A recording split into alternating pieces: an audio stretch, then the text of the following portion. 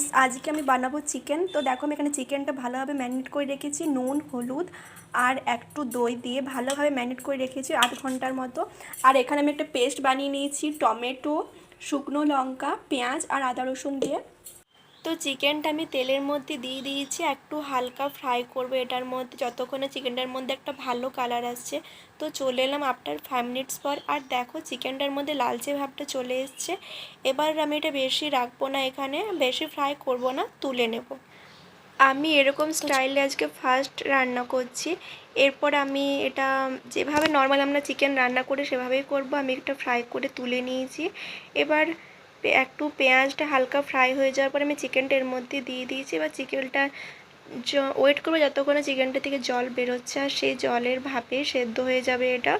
এটার মধ্যে আর বেশি আমি জল অ্যাড করছি না, এরকমভাবেই আজকে বানালাম। তো চলো টাটা। যদি ভিডিওটা ভালো লাগে একটা লাইক করে দিও। দেখা হচ্ছে তোমার সাথে নেক্সট কোনো ভিডিওর সাথে।